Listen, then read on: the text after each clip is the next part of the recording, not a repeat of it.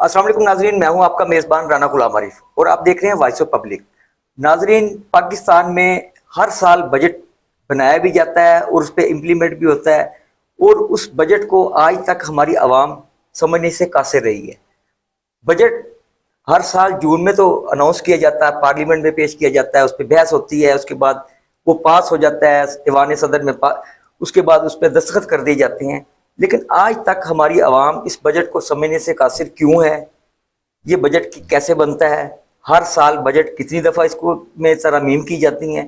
इस तमाम तर सूरत को जानने के लिए हमारे साथ सीनियर सहाफ़ी इरशाद अंसारी साहब मौजूद हैं और ये इनकी बजट पे खासी गहरी नज़र रहती है। ये कॉमर्स की बीट करते हैं, सीनियर रिपोर्टर भी हैं इस्लामाबाद में। ये तमाम तर चीज़ों को देख रहे होते हैं, टैक्स के मामलात को ये देख रहे होते हैं। इनसे आज जानने की कोशिश करेंगे कि ये बजट आखिर है क्या, ये कैसे बनता है। अस्सलाम वालेकुम सर, ये बताइएगा कि ये बजट जो है इसके हवाले से हमारी आम आवाम कैसे समझ सकती है इसको? हाँ, देखिए, ये एक अपना रासप वैसे तो एक सिंपल फार्मूला है कि ये आमदनी और अखराजात का एक ये मजमुआ होता है कि आपने कितनी आमदनी जो है वो एक साल में जो है वो आपको होनी है और अखराजात कितने होने हैं। तो उसमें देखा जाता है कि कोशिश की जाए कि इसको बैलेंस रखा जाए कि जितनी आमदनी कर सकते हैं वो करते हैं। आप टी बिल्स इशू करते हैं, आप निजी बैंकों से कर्जे लेते हैं। तो अगर आप दो लफ्ज़ों में समझे तो ये आमदनी और अखराजात का एक जो है वो मवाजना है, तवाज़न है। ठीक है। ठीक है। जो आप बजट की बात कर रहे हैं कि ये बजट एक वक्त होता था कि जब बजट बजट होता था जिसका लोगों को साल में इंतजार रहता था और सबकी नजरें होती थी। बदकिस्मती से कुछ अरसा हो गया है कि अब बजट अपनी अहमियत खो चुका है। अब जो जून में अदा की जाती है ये एक रस्म बन के रह गया है कि रस्म होती है कि जो वज़ीर ख़जाना अदा करता है, कि वरना बजट तो अब ऑलमोस्ट हर 15 दिन बाद ही आ रहा होता है कि हर 15 दिन बाद आपकी पेट्रोलियम प्राइसेस ऊपर नीचे होनी होती हैं। तो जैसे ही पेट्रोलियम प्राइसेस ऊपर नीचे होती हैं, बिजली की कीमतें ऊपर नीचे होती हैं, तो उससे डेफिनेटली हर चीज़ इफेक्ट हो जाती है। आपकी चीज़ें उसी हिसाब से उसकी कीमतें रद्द-बदल हो जाती हैं।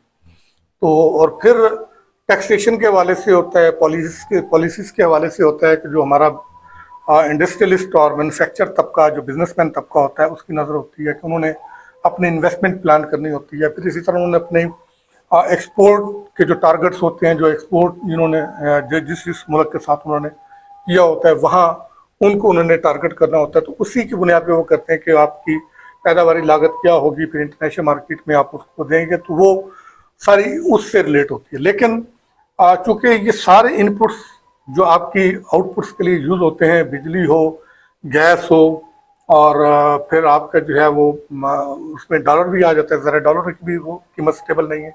जैसे ये सारी चीज़ें जो है वो वेरी करती हैं और हर गुजरते दिन के साथ इसमें जो है वो वेरिएशन आती है। कभी नॉर्मली अपवर्ड ही होता है।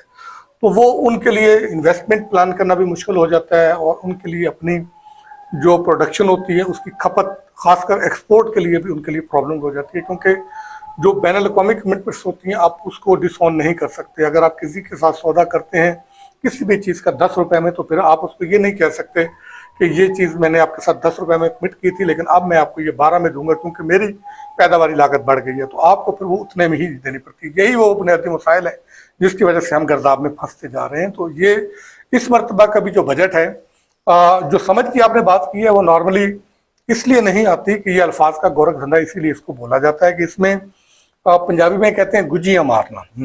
तो ये गुजियां मारी जाती हैं और टैक्स के जो लॉज होते हैं उसमें ऐसी जू मैनी और ऐसी पेचीदा किस्म की अमेंडमेंट्स की जाती हैं कि वो आम लोगों की समझ में नहीं आती। वो उस वक्त लोगों को पता लगता है, उस वक्त होश ठिकाने आती है जब वो इम्प्लीमेंट होती हैं और उसके असरात सामने आते हैं। इस मरतबा भी बजट में देखें कि अच्छा सर, इसमें ये बताइएगा कि हर साल बजट आता है और आवाम के उम्मीदें तो अलग है, लेकिन हर हुकूमत यही कहती है ये अवाम दोस्त बजट है, जबकि अपोजिशन हमेशा कहती है अवाम दुश्मन बजट है। तो हर साल की तरह इस साल भी जो बजट आया है, इसके हवाले से आप क्या समझती हैं, ये अवाम दोस्त बजट है या अवाम दुश्मन बजट है? इसके हवाले से थोड़ा सा बताइए। देखिए, बतौर जर्नलिस्ट मैं आपको कहूँ कि ना ये अवाम दोस्त बजट है, ना ये कारोबार दोस्त बजट है। ये एक IMF के प्रोग्राम में रहते हुए आप अपनी फाइनेंशियल जो लिमिट्स हैं, जो पाबंदियां हैं, उसमें रहते हुए आपने एक ये मतवाजन बजट बनाने की किसी हद तक कोशिश की है। क्योंकि ये जज्बाती तौर पे कहना तो आसान है कि कुछ चीज़ें हुकूमत की भी मजबूरियां होती हैं, वो उन मजबूरियों के तहत ही ये बजट बनाया गया है। लेकिन प्रॉब्लम या दुख या तकलीफ उस वक्त होती है कि जब ये मजबूरियां सिर्फ जो आपका मतवस्त तबका होता है, जिसकी आवाज़ नहीं होती, उस पे आके हुकूमत का जोर चलता है। होना ये चाहिए कि जो मतवम्मल मजाज, जिनके पास पैसा वाफर है, अगर हुकूमत उन पे बोझ ज़्यादा फोकस करे और आम लोगों को रिलीफ दे, तो फिर ये बजट आइडियल हो सकता है। आपने आप दूसरे लफ्जों में यूं कह लें, बल्कि अपोजिशन की तरफ से ये कहा भी गया कि हमें तो ये लगता है कि ये बजट शायद इन्होंने बनाया ही नहीं है और इन्होंने सिर्फ अपने ठप्पे लगाए। क्योंकि कायमा कमेटियों की जो मीटिंग्स हुई हैं उसमें मैं ऑलमोस्ट मौजूद रहा हूँ, उसमें बहस मुबासा हमने देखा है, तो उसमें बहुत सारे इश्यूज पे FBR के अपने लोग जो है वो एक दूसरे की तरफ देख रहे होते थे। ठीक है, बहुत सारी चीज़ें 11th आवर चेंज हुई क्योंकि IMF से मशरूत थी, आपने कोशिश की लेकिन IMF उस पर नहीं माना। तो ये बजट IMF के प्रोग्राम में रहते हुए आपने बजट बनाया, और जब भी आप पाकिस्तान नहीं कोई भी मुल्क जब भी IMF के प्रोग्राम में होता है तो फिर आपको उस प्रोग्राम में रहते हुए उनके साथ जो बेंचमार्क आपने तय किए हुए होते हैं उसके तहत करना होता है। और दूसरा ये कि कुछ चीज़ें रियलिस्टिक हैं, ठीक हैं, पॉपुलर डिसीजन हुकूमत ले सकती थी, आसान है, लेकिन उससे इकोनॉमी हीट अप हो जाती।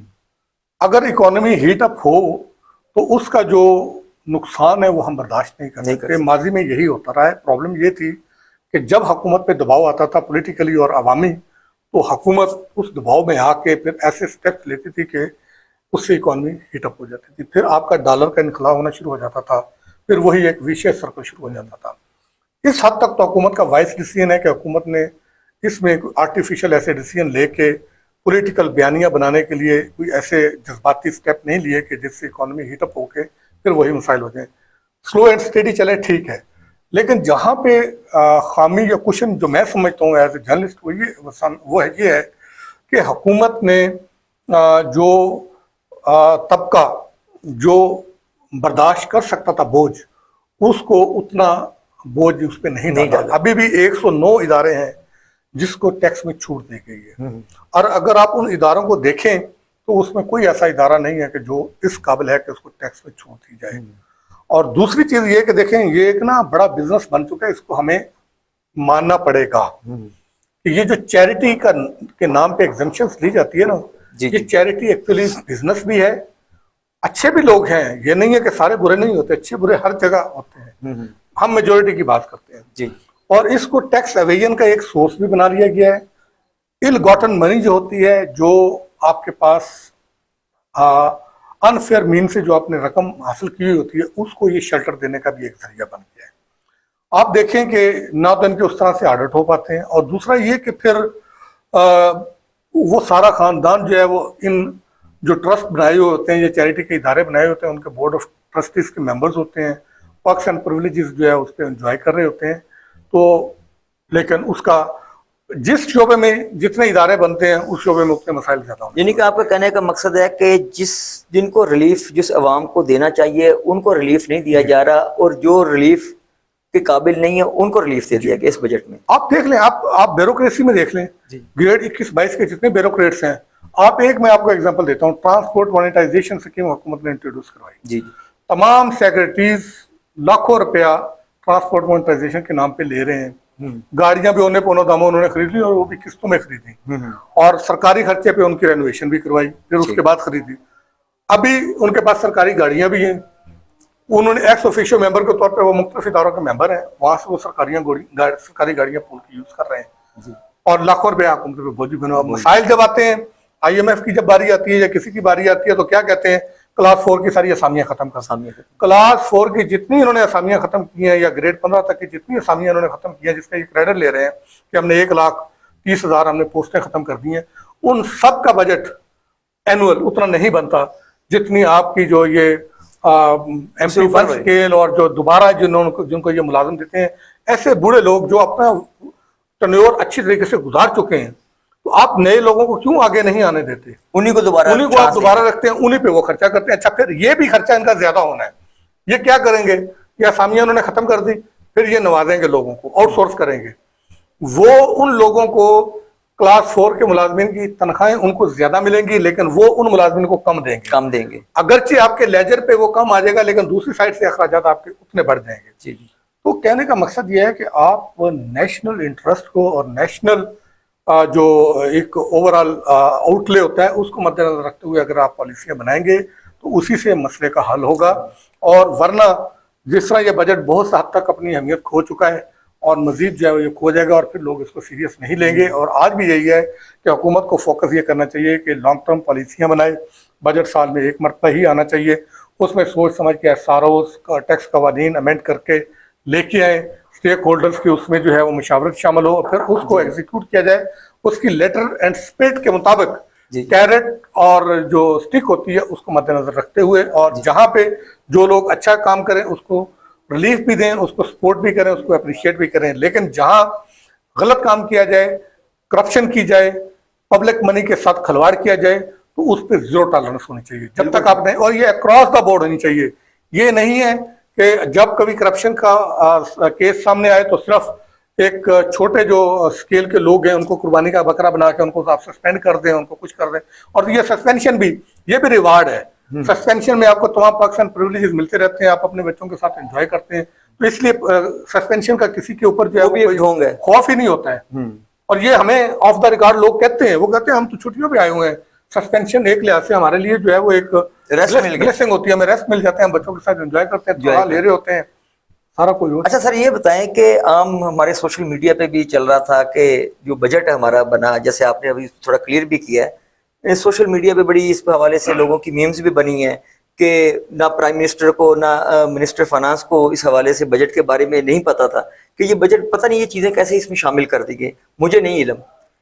क्या ये बात दुरुस्त है कि ये जो बजट IMF ने बनाया या उनकी तजावीज़ जो उनकी शामिल हुई उसमें फाइनेंस मिनिस्टर या प्राइम मिनिस्टर को बिल्कुल इल्म नहीं था? कुछ चीज़ों में ऐसा हो सकता है, और मैंने इस पर बाकायदा तौर पे ये उसकी फाइनेंस कमेटी की मीटिंग के बाद जब मैंने उनसे बात की थी, पाकिस्तान तहरीक इंसाफ के एक MNA, और ये ऐसे मैं उनसे, बल्कि चेयरमैन FBR ने और वजीर खजाना ने एक्नॉलेज किया, दो MNA ऐसे थे, एक उसामा मेला और एक मुबीन आरफ जी, कमाल की अंडरस्टैंडिंग, कमाल की ब्रेनस्टॉर्मिंग, और उन्होंने बहुत सारी तरमीमें उड़ाई, और उन्हीं के कहने पे वो बहुत सारी चीजें करते थे, तो फिर वो आगे से लाइलमी का इजहार करते थे। और उन्होंने ये कहा, मेरे पास इसकी रिकॉर्डिंग मौजूद है, मुबीन आरफ ने सामने ये बात कही कि हमें भी ये लगता है कि ये बजट बना कहीं और है और इनको सिर्फ पढ़ने के लिए दिया गया जी, और इसीलिए बहुत सारी चीजों पे जब हम इनसे बातचीत करते हैं तो ये खुद भी लाइलम होते हैं, इनको पता नहीं होता है। और फिर उसको उन्होंने कवर अप करने की कोशिश की, वज़ीर ख़ज़ाना ने ये कह के उनको क्रेडिट दे के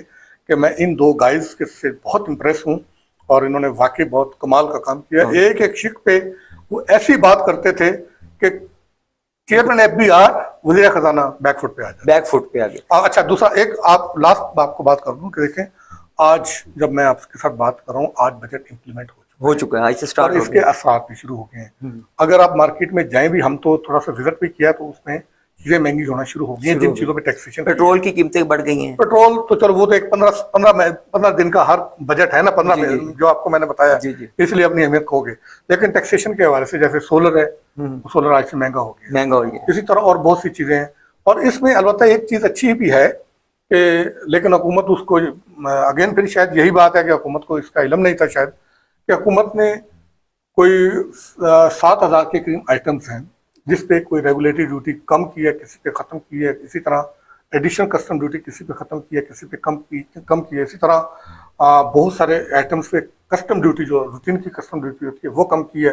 किसी पे, अभी मैं आज फाइनेंस बिल देख रहा था, जो इम्पोर्टेड मिल्क, स्वीट मिल्क है और इस तरह की जो चीज़ें हैं, क्रीम है, उस पर 25% से कम करके 20% कर दिया। 7,000 के करीब टैरिफ लाइन्स हैं, उस पर ड्यूटी कम कर दी है। बहुत सारे आइटम हैं जिस पे ड्यूटी कम की है, और इसमें ज्यादातर खाम माल है, टेक्सटाइल सेक्टर के बहुत सारे हैं, तो उससे हमारे मैन्युफैक्चरिंग सेक्टर को सहूलत मिल सकती है। सर, उनको तो सहूलत मिलेगी, क्या वो अवाम को उस रिलीफ देने में कामयाब होंगे? हुकूमत इसको चेक करेगी? ये बुनियादी सवाल है कि ट्रिकल डाउन इफेक्ट जो है ना, वो नहीं आ पाता। ये मामला आ जाता है पॉलिसी के साथ साथ रिट का भी, हुकूमत के रिट का भी। तो ये हुकूमत की रिट का सवाल है कि हुकूमत को चाहिए कि जब एक चीज कम होती है, आपकी पैदावारी लागत कम हो गई, तो उसका असर आम आवाम पे नजर आना चाहिए। एक मैं गलत फहमी थोड़ी और दूर कर दूं, नॉर्मल हुकूमत ये लफ्ज यूज करती है कि महंगाई शरह कम हो गई, इतने फीसद आ गई, दावा किया जाता है 4% आ गई। ये महंगाई की शरह नहीं होती है बेसिकली, ये महंगाई में इजाफे की रफ्तार की शरह होती है। ठीक है कि अगर महंगाई पहले 17% की शरह से बढ़ रही थी, तो अब वो कम होके 4% की हो गई। तो महंगाई में कमी उस वक्त शुरू होगी कि ये जब ये रफ्तार 0 पे आ जाएगी, और फिर चीजें कि जो 10 रुपए की चीज थी वो कम होके 9 रुपए और 8 रुपए पे आना शुरू हो जाएगी, तो फिर महंगाई कम होना शुरू होगी, और तभी आवाम को रिलीफ महसूस भी होगा। और जब रिलीफ महसूस होगा तो फिर हुकूमत के लिए आवाम के दिलों में मकबूलियत भी आएगी, और फिर उसका वो बरबला इजहार भी करेंगे। अच्छा सर, ये बताएं कि हम IMF से कब तक जान छुड़ा सकते हैं? क्या ये मुमकिन है या ये ख्वाब है? देखिए, मुमकिन तो हर चीज होती है, हमने छुड़ाई भी थी। असल जो इशू है हमारा कि जब तक हम खुद से अपने आप को ठीक नहीं करेंगे ना, तो नहीं हो सकते। IMF का प्रोग्राम हमने कंप्लीट किया था कामयाबी के साथ, गालिबन नून लीग का दौर था, नवाज शरीफ का दौर, हमने खैर बात कह दिया था। लेकिन फिर हमने वही हरकतें की, और फिर हम दोबारा उसी प्रोग्राम से लगे। हम जब तमाम स्टेक होल्डर एक पेज पे आ जाएंगे और इस बात का तहिया कर लेंगे कि जिसका जो काम है वो अपना काम करेगा, और कौमी खजाने से निकली हुई एक पेनी भी जो है वो अकाउंट फार होगी, अकाउंटेबल होगी, उसका ऑडिट होगा, उसकी पूछगिछ होगी। भले आप कुछ चीजों को सीक्रेट रखते हो, उसका ऑडिट पब्लिक ना करें, लेकिन वो अकाउंट फार और अकाउंटेबल जरूर होना चाहिए। जिस दिन हमने ये सोच लिया, हमारे यहाँ देखें रेट ऑफ रिटर्न बहुत ज्यादा है, पोटेंशियल बहुत ज्यादा है, सारे मौसम हमारे पास मौजूद है, हमारा मसला कोई नहीं है। मैंने अपना जो 27-28 साल की जो हमने मेरी जो फील्ड में मैंने जो लेग वर्क किया है, ये जो बाल सफेद हुए ना, अक्सर लोग हमें देख के परेशान होते हैं, वो कहते हैं शायद 70 साल उम्र होगी, इतनी होगी। अगर आप, जब मैं लोगों को बताता हूँ वो परेशान हो जाते हैं। मेरी 51 ईयर एज है, वो लोग परेशान होते हैं। मैं कहता हूँ कि यार, परेशान हम इसलिए हुए कि जब हम पढ़ते थे ना, तो हम कहते थे यार हमारे यहाँ गुर्बत बहुत है, मसाइल बहुत है। इत्तफाक के जो भी कि हम इस फील्ड में आगे, इस दश्त में आगे, इकोनॉमी की बीट करते हैं, सेक्रेटेरिएट ओढ़ना बिछोड़ना है, वहीं पे जाते हैं, देखते हैं, मिलते हैं इन्हीं लोगों से, पॉलिसी मेकर्स के साथ, टैक्स के मैटर से, फिर हम देखते हैं कि नहीं, ये सारे मसाइल हमारे पैदा करते हैं। हम ना गरीब हैं ना हमारे मसाइल है, हमने मसाइल पैदा। 2 मॉडल दुनिया में होते हैं। एक मॉडल है जो सस्टेन भी करता है, पायदार भी होता है, कि आप पॉजिटिव तरीके से एक चीज का आप ब्रांड बनाएं, ग्रेजुअली आप अपना बिजनेस फ्लोरिश करें, और फिर वो नस्लें पालता है। एक होता है कि आप बहरान पैदा करके जल्दी कमाएं। हम बदकिस्मती से दूसरे मॉडल पे चलते हैं, हमारा बिजनेसमैन हमारा कोई भी हो, हम बहरान पैदा करके छोटे से टाइम ऑफ जो पीरियड होता है उसमें मिलियंस बिलियंस कमा लेते हैं, कि जितना मेरे और आपकी नस्लों ने कमाई करके वो नहीं कमाना होता है। इसलिए उसकी उम्र भी थोड़ी होती है कि वो जैसे ही वो थोड़ा सा शट होता है, तो फिर वो अंपायर जो होती है वो नीचे गिर जाती है। तो लेकिन बाहर जो है वो मॉडल अपनाए जाते हैं, वो पॉजिटिव मॉडल अपनाए जाते हैं, वो ब्रांड बनाते हैं, और एक मार्जिन जो है वो एक रीजनेबल रखते हैं, और वो फिर ग्रेजुअली वो बिजनेस फ्लोरिश करता है। और फिर देखें बाहर के ब्रांड्स को, आज भी अगर आप देखें तो कोई 100 साल पुराना है, कोई 500 साल पुराना है, कोई 200 साल पुराना, कोई 80 साल पुराना, कोई 20। हमारे यहाँ ऐसा नहीं है। तो कहने का मकसद सिर्फ ये है कि हमारा कोई मसला नहीं है, जो मसाइल हैं वो यूरोप के हैं, अमेरिका के हैं, उन्होंने अपने मसाइल को दबाया हुआ है। आज भी डेट टू जीडीपी की शरह अमेरिका की सबसे ज्यादा है, हमारे इंडिया की डेट टू जीडीपी की शरह ज्यादा है। हमारे यहाँ लोगों को गुमराह किया जाता है पॉलिटिकल बयानिया के लिए, और जी हर बच्चा इतने अरब का मकरूज हो गया, हर बच्चा इतने लाख का मकरूज हो गया। दुनिया ऐसे गेज नहीं होती, दुनिया अदाद शुमार से गेज होती है, वो अदाद शुमार जो दुनिया एक्सेप्ट करती है। डेट टू जीडीपी आपकी क्या है, टैक्स टू जीडीपी की शरह आपकी क्या है। आप आज भी हमारे डेट टू जीडीपी की शरह उतनी नहीं है जितनी हमारे पड़ोसी मुल्क इंडिया की है। आज भी हमारी डेट टू जीडीपी की शरह इतनी नहीं है जितनी अमेरिका की है। कर्जों पे हम कहते हैं कर्जे, नॉन डेवलपमेंट कर्जे नुकसानदेह होते हैं। आप दुनिया की कोई इकोनॉमी उठा के देख लें, जिसने डेवलपमेंट, जब वो इकोनॉमी के तरक्की के फेज में गया है, तो उनके डेवलपमेंट एक्सपेंडिचर, डेवलपमेंट कर्जे बड़े हैं। जब आप डेवलपमेंट लोन लेके उसको नॉन डेवलपमेंट मकसद के लिए यूज करते हैं, कागजों में आप प्रोजेक्ट शो करते हैं और वो पैसे खा जाते हैं, जाहिर है वापस वो अपने करने वहां से मसाइल पैदा होते हैं। तो ये हमारा बुनियादी। अच्छा, ब्लूमबर्ग ने भी पिछले दिनों एक रिपोर्ट जारी की कि पाकिस्तान की जो इकॉनमी है वो बड़ी तेजी से ग्रो कर रही है, दुनिया में ये बड़ी अच्छी पॉजिटिव साइन है। क्या आप समझते हैं कि ये वाकई ग्रो कर रही है, हौसला अफजा, ये रिपोर्ट ठीक है, या बाकी जो हमारे इशारे जो हुकूमत बता रही है कि जी हम बड़ी पॉजिटिव जा रही है, हमारी इकॉनमी ठीक जा रही है, हमारी बाकी जो चीज़ें हैं वो बेहतर हो रही हैं, क्या ये बात दुरुस्त है? हाँ, किसी हद तक दुरुस्त है, काफ़ी चीज़ें बेहतर हुई हैं, इसमें कोई शक नहीं है कि हम ये तो कहते हैं दहाने पे थे हम डिफ़ॉल्ट के। जी। मैं तो समझता हूँ प्रैक्टिकली हम डिफ़ॉल्ट हो गए थे, लेकिन हमने अनाउंस नहीं किया। ग्रेजुअली चीज़ें तो बेहतर हुई हैं, इसमें कोई दो राय नहीं है। ठीक है। ठीक है, पॉलिटिशियन अपनी सियासत करें, वो उनका अपना मसला है, वो इंतजाम करते हैं। अच्छा, एक मसला ये भी है कि तनकीद बराए तनकीद की जाती है, पॉजिटिव बात तनकीद करें। जैसे मैंने आपको बताया जी, कि जी। उस कमेटी की मीटिंग में उन 2 नौजवान एमएनएज़ ने हुकूमत को हिला के रख दिया। हिलाकर रख दिया और उन्होंने अपनी वो चीज़ें तमाम रिवर्स करवा ली। जी, कामयाब। यही काम पार्लियामेंटेरियंस का है। ये अगर पार्लियामेंट की जो कमेटी है उसमें पार्लियामेंट के अंदर ये चीज़ होती रहे तो चीज़ें रिफाइन होना शुरू हो जाएगी। तो इकोनॉमी की जो हमारी सूरत हाल है बेहतर जरूर हुई है। हमारा टैक्स रेवेन्यू बढ़ा है, हमारा डेट टू जीडीपी कम हुआ है, हमारा टैक्स टू जीडीपी बढ़ा है। ओवरऑल हमारी हमने फिर अपने जो एक्सपेंडिचर है उसको हमने थोड़ा कम किया है। 1000 अरब के करीब के हमारे एक्सपेंडिचर कम हुए हैं। लेकिन अभी भी मैं ये समझता हूँ कि ये मजीद कमी की जरूरत बहुत ज्यादा है। बिल्कुल। जहाँ पे कट लगाना चाहिए वहां पे कट अभी नहीं लगा, नहीं इसमें लगा। बहुत गुंजाइश है। अगर हम कमर बस्ता हो जाएं, ये ठान लें कि हमने अपने मुल्क को वाकई एशियन टाइगर बनाना है और फिर हम तरक्की याफ्ता ममालिक के IMF सफ में से लेके जान जाना है, छुड़वानी। IMF से जान छुड़ानी है, तो ये मैक्सिमम मेरी नज़र में मैक्सिमम ये 3 साल का फेज है। 3 साल में हम ये सफर सारा तय कर सकते हैं। हम कर्ज लेने वालों से निकल के कर्ज देने वालों की पोजीशन में हो जाएंगे। एक वक्त था हम जब कर्जा देते थे, हमारा मॉडल कोरिया ने अपनाया। और आप बात छोड़ें, जिसको आप कहते हैं इंडिया हमारे मॉडल पे तरक्की की है उसने। सही। ठीक है, हमारा मॉडल था, इंडिया ने जो अडॉप्ट किया तो हमने छोड़ दिया। हमारे यहाँ हम अपने याशियों पे, हमारे विल नहीं, हम याशियों में चले गए। मनमोहन सिंह ने, आप देखिए ना, जो सारा मॉडल है मनमोहन सिंह ने हमारा पाकिस्तान का मॉडल अपनाया है। हम उसको उसके मुताबिक अमल दरामद नहीं करते। हम सिर्फ हम लिप सर्विस करते हैं। हमारे कॉल और फेल में तजाद है। जिस दिन हम ये ठीक हो गया तो सारे मसाइल ठीक हो जाएंगे। सही जी। नाज़रीन, जैसा कि आपने सुना कि बड़ी गहरी नज़र थी इरशाद अंसारी साहब की बजट के ऊपर और बड़ी पॉजिटिव इन्होंने चीज़ें बताई जो कि हम टीवी पे या बाकी मामला फोरम पे नहीं सुन सके, कि पाकिस्तान कर्ज लेने की बजाय कर्ज देने वाली सफ़ों में शामिल हो सकता है और पाकिस्तान का जो मुआशी मॉडल था, रोल मॉडल, उसको ना सिर्फ दीगर ममालिक बल्कि हमारे हमसाया मुल्क, जो दुश्मन मुल्क हम कहते हैं, भारत ने भी अपना लिया। लेकिन हमने अपना वो मॉडल अपना छोड़ दिया। वजह क्या थी? अपनी याशियाँ और अल्ले तल्ले थे। और बजट में भी आप देख लें कि ये जो बजट हालिया 2025 जिसका आगाज़ हो चुका हुआ है, इम्प्लीमेंट हो चुका है, उसका जो बोझ है आज भी वो गरीब आवाम पे है, ना कि अशरफिया पे है। होना तो ये चाहिए कि जो मुतवसत तबका है या जो साहिब हैसियत लोग हैं, ये बजट का बोझ उन पर डाला जाए ताकि वो इकानमी में अपने मुल्क की बेहतरी के लिए अपना रोल प्ले कर सके। आखिर कब तक ये गरीब आवाम इस बोझ तले रहेगी, ये आने वाला वक्त बताएगा। लेकिन अगर जिस तरह इरशाद अंसारी साहब ने बताया कि अगर पाकिस्तानी हुकूमत चाहे तो 3 साल के अंदर तमाम दुनिया के कर्जों से निजात हासिल कर सकता है। उम्मीद करते हैं कि हुकूमत इनकी इन तजावीज़ पर अमल करेगी। तब तक के लिए अपने मेज़बान राना गुलाम आरिफ को इजाज़त दीजिए। अल्लाह हाफिज़।